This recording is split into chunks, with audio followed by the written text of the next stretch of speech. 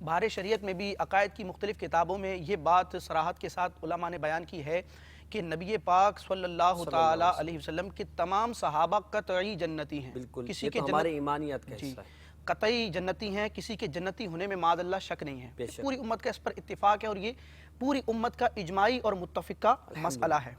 تو اب ان 10 ہی صحابہ کو عشرہ مبشرہ کیوں کہا جاتا ہے؟ یعنی وہ 10 نفوس قدسیہ جنہیں جنت کی بشارت سنائی گئی۔ وجہ اس کی یہ ہے، صحابہ کرام جو ہیں ان کی مختلف اعتبارات سے تقسیم کی گئی ہے۔ جیسے بعض صحابہ وہ ہیں جو صرف صحابیت کے شرف سے مشرف ہیں کہ حضور پر ایمان لائے، آپ کی صحبت سے فیض یاب ہوئے۔ بعض صحابہ وہ ہیں کہ صحابیت کا شرف بھی پایا اور اہل بیت ہونے کا اعزاز بھی حاصل ہے، دونوں ان کو مرتبے میں۔ جی، اس طرح صحابہ کی 2 قسمیں ہوں گی۔ بعض صحابہ وہ ہیں جو مہاجرین کہلاتے ہیں، جنہوں نے مکے سے مدینہ ہجرت کی، اور بعض انصار۔ تو ہجرت کے اعتبار سے صحابہ کے 2 گروہ بن گئے۔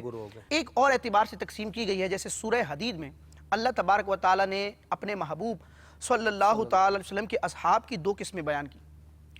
بعض وہ صحابہ جو فتح مکہ سے پہلے ایمان لائے، اور بعض صحابہ وہ جو فتح مکہ کے بعد ایمان لائے۔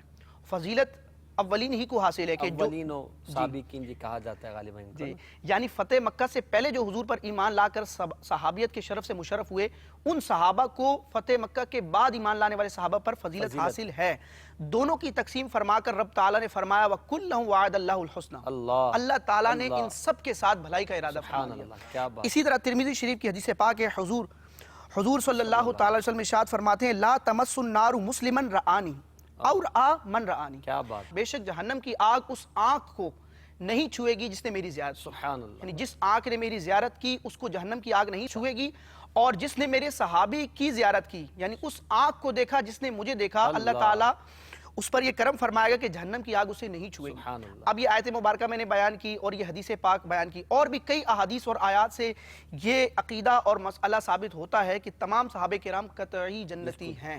پھر انہی کی تخصیص کیوں؟ تو علماء نے اس کی وجہ یہ بیان کی کہ ترمذی شریف کی بڑی مشہور حدیث پاک ہے، دیگر صحابہ کو جیسے حسنین کریمین ہیں، حضرت عائشہ ہیں، حضرت فاطمہ الزہرا رضی اللہ تعالیٰ عنہ ہیں، ان کو بھی جنت کی خوشخبری سنائی گئی، لیکن فردن مختلف مواقع پر۔ یہ وہ 10 خوش نصیب صحابہ ہیں کہ جنہیں ایک ہی مجلس میں ایک ہی مرتبہ حضور علیہ السلام نے نام بنام لے کر فرمایا کہ ابو بکر جنت میں ہے، عمر جنت میں ہے، عثمان جنت میں ہے، مولا علی جنت میں ہے، اور سارے صحابہ کا ذکر کیا۔ تو چونکہ ایک ہی مجلس میں ایک ہی حدیث میں حضور صلی اللہ علیہ وسلم نے انہیں جنتی فرمایا، اس لیے ان کو کہا جاتا ہے عشرہ مبشرہ۔